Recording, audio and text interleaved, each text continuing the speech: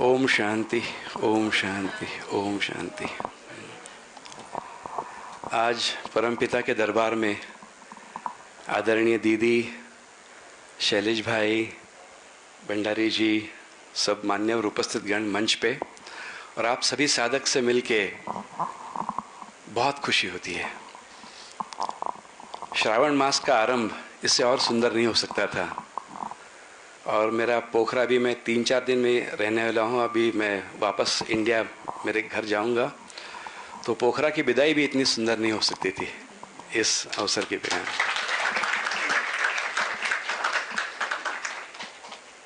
पिछले शनिवार को ही मेरा शैलेश भाई और रमन भाई से जी परिचय हुआ, बहुत अच्छा लगा। और मैं शिवानी दीदी के लेक्चर्स काफ़ी बार सुनता हूँ और काफ़ी प्रभावित हूँ। ऐसे कहते हैं शास्त्रों में, एकम सत्य विप्रा बहुधा वदंती। सत्य तो एक ही है और ज्ञानी लोग और समझदार लोग उसको अलग अलग नाम से कहते हैं। जैसे पानी है, कोई उसको जल कहता है, कोई वाटर कहता है, कोई एक्वा कहता है। चीज़ तो एक ही है, सत्य एक ही है।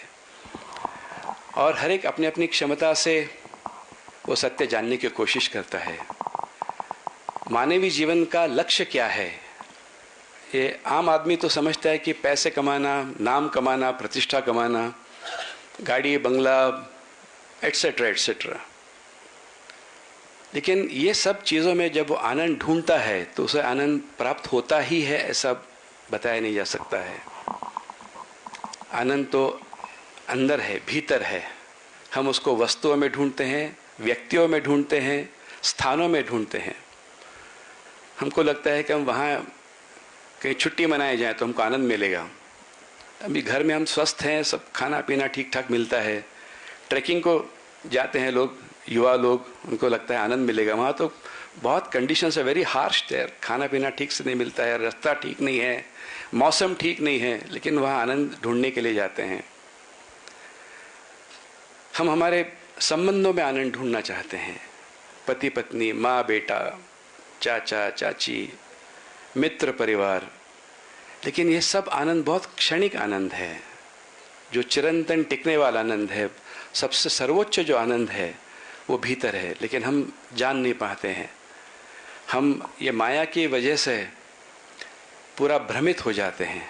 और ये भ्रम दूर करना, इसके लिए परमपिता जैसे गुरु, अनेक तरह के गुरु अलग अलग जगह पे अवतार लेते हैं और हमको सही मार्ग बताते हैं।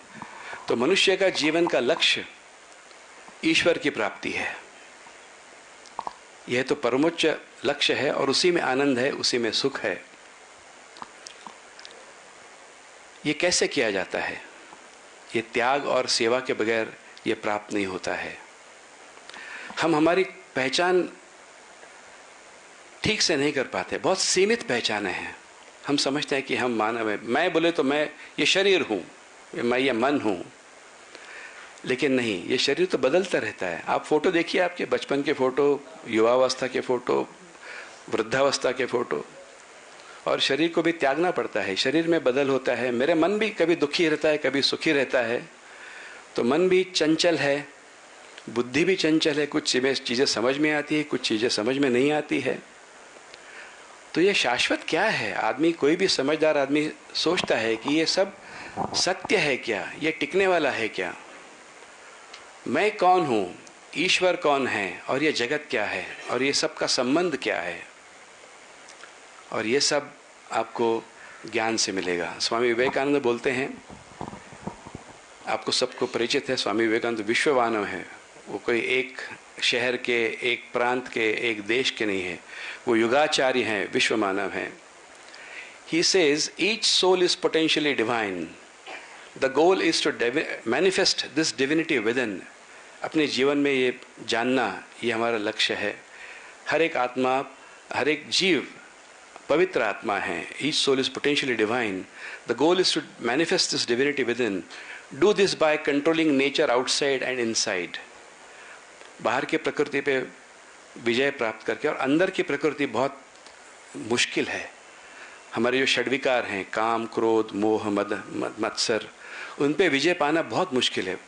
बाहर अगर ठंड हो तो हम हीटर लगा सकते हैं, बाहर अगर गर्मी है तो हम कूलर एसी लगा सकते हैं, लेकिन अंदर के चीज़ों को कैसे मुकाबला करें जो हमको दीमक की तरह हमारे व्यक्तित्व को खराब करती है, कमज़ोर करती है।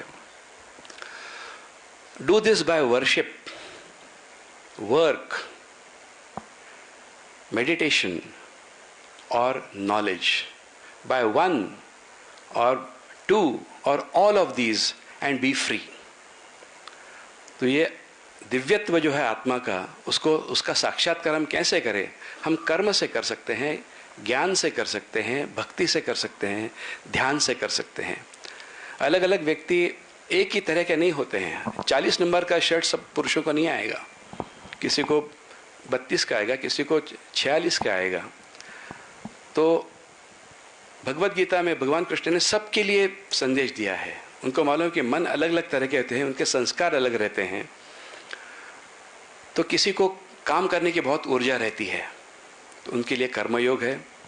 गीता तो पूरा कर्मयोग का सिद्धांत बहुत अच्छी तरह समझाया है भगवत गीता में। निष्काम कर्म कैसे करें, हमको निष्कामता सिखाई नहीं जाती है। छोटा बच्चा स्कूल में जाता है, दोस्त को बोलता है चलो मुझे एक रबर दे दे, तो मुझे चॉकलेट देगा। तो ये व्यवहार उसको बचपन से सिखाया जाता है, और फिर वही संस्कार उसके बढ़ते बढ़ते आगे गलत तरीके से बढ़ सकते हैं। स्वामी रंगनाथानंद जी जो रामकृष्ण मिशन के 13वें प्रेसिडेंट रह चुके थे, वो शरीर में नहीं हैं, उन्होंने आध्यात्मिकता की व्याख्या स्पिरिचुअलिटी की बहुत सुंदर की है।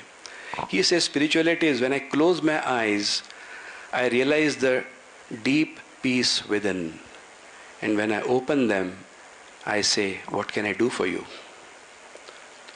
हमारा सामान्य जनों का अनुभव इसके बिल्कुल विपरीत है।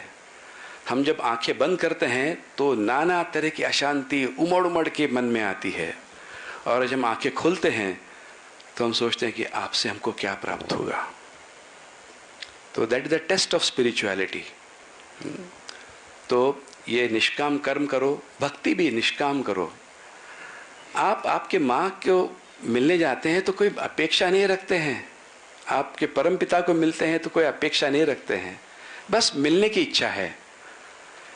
ये नहीं कि मंदिर में लोग जाते हैं, ये मेरा परीक्षा में मुझे अच्छे मार्क मिले, चलो मैं तुमको इतना चढ़ाऊंगा भोग, या बेटा प्राप्त हो। अलग अलग तरह के जो इच्छाएं हैं हमारी, जो कमजोर जो कमी है जीवन में, हम उसको ढूंढने की कोशिश करते हैं और भगवान से ट्रेड करते हैं। भगवान कोई व्यापार करने वाली चीज़ नहीं है, वो खाली प्रेम का मूर्तिमंत स्वरूप है।